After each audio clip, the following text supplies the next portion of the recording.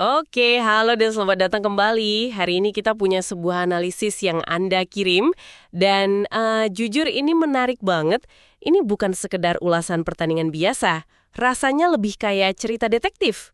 Kasusnya, gimana caranya raksasa yang tertidur Manchester United tiba-tiba bangun? Dan petunjuk utamanya cuma satu, pertandingan dramatis melawan Arsenal, skor 3-2. Betul sekali. Analisis yang Anda berikan ini memperlakukan pertandingan itu bukan sebagai garis finish, tapi justru sebagai titik start babak baru. Semua ketegangan, harapan, bahkan ya hantu-hantu masa lalu seolah-olah ngumpul semua di 90 menit itu. Misi kita hari ini kayaknya bakal mengurai kode di baliknya ya. Tepat. Kita akan bedah kenapa kemenangan ini begitu penting jauh melampaui 3 poin. Kita lihat taktiknya, gimana mentalitas klasik klub ini kayak dibangkitkan lagi, dan tentu saja peran satu orang di baliknya, Michael Carrick. Analisis ini punya tesis yang kuat banget soal gimana dia menyatukan DNA lama dengan cetak biru modern. Mari kita mulai. Oke, kita mulai dari pusat gempanya ya, kemenangan 3-2 atas Arsenal. Sebelum laga ini, ceritanya kan udah jelas. Arsenal lagi kenceng-kencengnya, sulit dihentikan, dan kayaknya persaingan gelar udah selesai deh. Tapi kemenangan ini, menurut sumber Anda, bukan cuma 3 poin. Disebutnya simbol kebangkitan dan pernyataan sikap. Bukan cuma membuka persaingan gelar, analisis Anda bahkan bilang ini momen yang menggeser beban psikologis. Gini, sebelum laga itu, kan semua tekanan ada di United. Mereka yang harus ngejar, mereka yang harus buktiin diri. Tapi setelah peluit akhir, plak, tekanannya pindah 180 derajat. Tiba-tiba ada di pundak Arsenal. Wah, saya suka istilah itu, menggeser beban psikologis. Jadi ini bukan cuma soal hitung-hitungan poin ya, tapi lebih ke apa yang terjadi di kepala para pemain setelah pertandingan itu. Persis. Bagi Arsenal, yang tadinya pede banget, sekarang mulai muncul ragu. Setiap laga berikutnya jadi terasa lebih berat kan?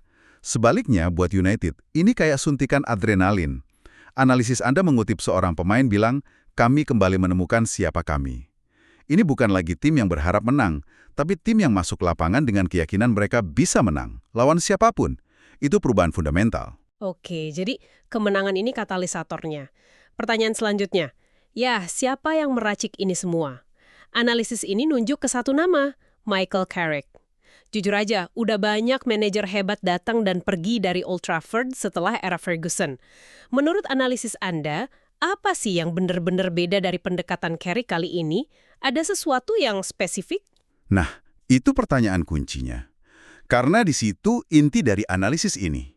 Perbedaannya itu bukan di satu taktik yang super jenius, tapi di perpaduan dua pengalaman yang kontras banget di karir Carrick. Analisis ini ngegambarinya bagus sekali.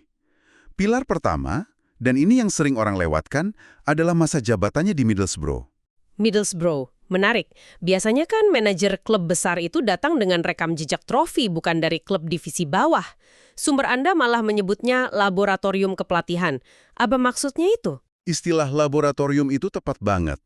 Di Middlesbrough, Carrick itu nggak punya kemewahan kayak di United. Dia nggak bisa asal beli pemain 80 juta euro buat nutupin masalah. Kalau ada masalah, dia harus cari solusi dari dalam. Sumber ini menjelaskan gimana di sana dia dipaksa buat ngasah fundamental kepelatihan. Oh, jadi dia belajar seninya melatih ya, bukan cuma ilmu mengelola pemain bintang. Betul. Dia belajar memaksimalkan skuad yang terbatas, artinya dia harus super kreatif secara taktis. Dia belajar baca ruang ganti yang rumit dari kursi manajer, bukan lagi sebagai pemain senior. Jadi dia belajar, hal-hal mendasar. Saya paham. Jadi di satu sisi ada pengalaman praktis yang keras dari laboratoriumnya itu. Itu pilar pertamanya. Tapi ini kan Manchester United, klub dengan sejarah dan ekspektasi yang gila-gilaan. Pengalaman dari Middlesbrough aja kayaknya nggak cukup.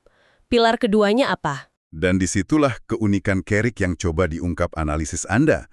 Pilar keduanya adalah sesuatu yang nggak bisa dibeli, nggak bisa dipelajari di kursus kepelatihan manapun, yaitu pemahamannya yang mendalam soal DNA Manchester United. Kenapa? Ya karena dia hidup dan bernafas di dalam DNA itu selama bertahun-tahun main di bawah Sir Alex Ferguson. Nah ini dia, istilah DNA ini kan sering banget ya kita dengar kalau bahas klub besar, tapi kadang-kadang itu kedengerannya kayak slogan romantis yang kosong. Apa DNA ini beneran masih relevan di sepak bola modern yang udah didominasi data dan sistem yang rumit? Itu skeptisisme yang wajar. Dan analisis ini ngejawabnya dengan sangat baik. Menurut sumber Anda, Carrick berhasil bikin DNA itu relevan karena dia nggak memperlakukannya sebagai nostalgia. Dia memperlakukannya sebagai prinsip aktif di lapangan. DNA yang dimaksud di sini itu bukan taktik usang, tapi nilai-nilai inti, keberanian buat terus nyerang, mentalitas pantang nyerah, dan keyakinan bahwa nggak ada situasi yang nggak bisa dibalikan. Oke, jadi itu filosofinya. Tapi gimana dua dunia ini, taktik modern dari Middlesbrough dan filosofi DNA klasik, benar-benar nyatu di lapangan pas lawan Arsenal? Ada contoh konkretnya? Tentu, dan ini bagian paling menariknya. Analisis Anda menyoroti gimana tim jadi jauh lebih adaptif. Nggak kaku lagi. Melawan Arsenal, perpaduan itu kelihatan jelas banget. Di babak pertama, pas Arsenal neken habis-habisan, kita lihat sisi modern Carrick. Tim bertahan rapi, terorganisir, jarak antar pemainnya dekat. Mereka nyerap tekanan dengan disiplin. Ini buah dari laboratoriumnya. Jadi nggak panik dan main membabi buta gitu ya? Sama sekali nggak. Lalu, pas momentumnya pas, nah DNA klasiknya dilepasin. Mereka nggak nunggu-nunggu. Tempo langsung diubah drastis. Serangan baliknya cepat, vertikal. Sumber Anda menyoroti gol kemenangan itu lahir bukan dari penguasaan bola lama, tapi dari transisi kilat. Ciri khas tim Ferguson dulu kan? Jadi comeback itu bukan keajaiban, itu hasil keputusan taktis yang presisi. Ini kayak mesin modern yang ditenagai oleh jiwa yang tua. Jadi Carrick bukan cuma pasang hardware taktis baru, tapi dia juga nginstal ulang software mental para pemain. Analisis Anda kayak banyak banget bahas soal ini. Anda nangkap esensinya. Kalau kita lihat gambaran besarnya, ya itulah inti pekerjaan Carrick sejauh ini. Taktik bisa ditiru, tapi bangun mentalitas tim yang sempat rapuh itu, wah, jauh lebih susah. Sumber Anda mengidentifikasi ada 3 pilar mental yang dia bangun lagi. Pertama, kerjasama tim, bukan lagi kumpulan individu. Kedua pasti soal ketahanan mental kan? Kemampuan buat nggak hancur setelah kebobolan. Tepat sekali, resilience, kemampuan buat bangkit. Dan yang ketiga, yang mungkin paling penting, adalah rasa percaya diri. Percaya sama kemampuan diri sendiri. Dan lebih penting lagi, percaya sama teman di sebelah. Para pemain nggak cuma jalanin instruksi, mereka didorong buat berani ambil inisiatif di momen-momen genting. Saya bisa bayangin efek dominonya. Energi kayak gitu pasti nggak berhenti di pinggir lapangan. Saya ngebayangin fans di Old Trafford setelah bertahun-tahun lihat permainan yang mungkin ya pragmatis atau ngebosenin, tiba-tiba lihat tim yang berani. Sumber Anda bahas soal perubahan atmosfer di stadion nggak? Sangat dibahas. Dan ini poin krusial. Gairah itu nular ke tribun. Energi di stadion berubah total. Para pendukung, menurut analisis ini, akhirnya ngelihat lagi tim yang mereka rindukan. Tim yang berani, agresif, gak takut sama reputasi lawan. Identitas permainan klub yang bertahun-tahun disebut kabur, sekarang pelan-pelan nemu bentuknya lagi. Kemenangan itu dirasain sama puluhan ribu orang di stadion. Api itu nyala lagi. Oke, apinya udah nyala, tim punya momentum, mentalitas juara balik, stadion bergemuruh lagi. Pertanyaan logis berikutnya, jadi apa artinya ini semua buat sisa musim? Apakah sekarang United dianggap favorit juara? Nah, disinilah analisis Anda ngasih pandangan yang sangat realistis. Nggak kebawa euforia sesaat. Kalau kita bicara statistik murni dan konsistensi dari awal musim, ya, peluang mereka di atas kertas mungkin masih di bawah Arsenal atau Manchester City. Tapi bukan itu poin utamanya. Lalu apa dong? Poin utamanya adalah posisi mereka yang baru. Mereka sekarang jadi apa yang disebut sumber Anda penantang yang berbahaya. Kuda hitam yang nggak bisa diremehin lagi. Mungkin mereka nggak akan menang tiap pertandingan, tapi di hari terbaik mereka punya mental dan momentum buat ngalahin tim manapun di puncak. Mereka jadi variabel tak terduga yang bikin persaingan jadi lebih seru. Jadi buat musim ini, mereka jadi pengganggu yang bisa ngacoin pesta tim lain. Oke, saya ngerti. Tapi gimana dengan gambaran besarnya? Setelah musim ini selesai, apa pandangan jangka panjang dari analisis ini soal proyek Carrick? Justru disitulah harapan terbesarnya.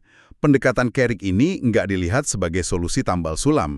Ia dianggap merepresentasikan sebuah arah baru yang fundamental dan berkelanjutan. Sumber Anda merangkumnya dengan kalimat yang kuat banget.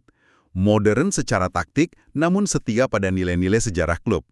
Ini bukan pilihan antara masa lalu atau masa depan, ini sintesis dari keduanya. Ini bukan lagi soal mengembalikan masa lalu, tapi menggunakan pelajaran dari masa lalu untuk membangun masa depan yang lebih baik.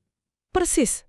Kalau konsistensi ini bisa dijaga, Carrick berpotensi jadi figur sentral yang bukan cuma bawa trofi, tapi juga balikin sesuatu yang lebih tak ternilai. Jiwa dan identitas klub itu sendiri. Dia lagi bangun era baru yang terasa otentik dan bermakna. Jadi, kalau kita simpulkan, kemenangan 3-2 atas Arsenal ini pada dasarnya adalah sebuah miniatur dari cerita yang jauh lebih besar. Ini bukan cuma soal taktik, tapi soal kebangkitan mentalitas dan soal gimana seorang pemimpin bisa jadi jembatan antara kejayaan masa lalu dan harapan masa depan. Tepat. Analisis yang Anda bagikan ini ngelukisin dengan sangat jelas gimana satu orang, dengan perpaduan pengalaman yang unik, bisa nyalain lagi api kejayaan yang lama meredup. Ini bukan cuma soal mereka menang, tapi soal bagaimana mereka menang. Dan mungkin ada satu hal untuk Anda renungkan lebih jauh dari sini. Sumber ini menyoroti bagaimana Carrick menggabungkan pengetahuan kepelatihan modern dari situasi sulit di Middlesbrough dengan DNA klasik dari masa jayanya. Ini memunculkan pertanyaan yang lebih luas. Dalam pekerjaan atau bidang apapun yang Anda tekuni, seberapa penting sih menyeimbangkan inovasi dan cara-cara baru dengan nilai-nilai fundamental dan pelajaran berharga dari masa lalu untuk mencapai kesuksesan yang sejati dan langgeng?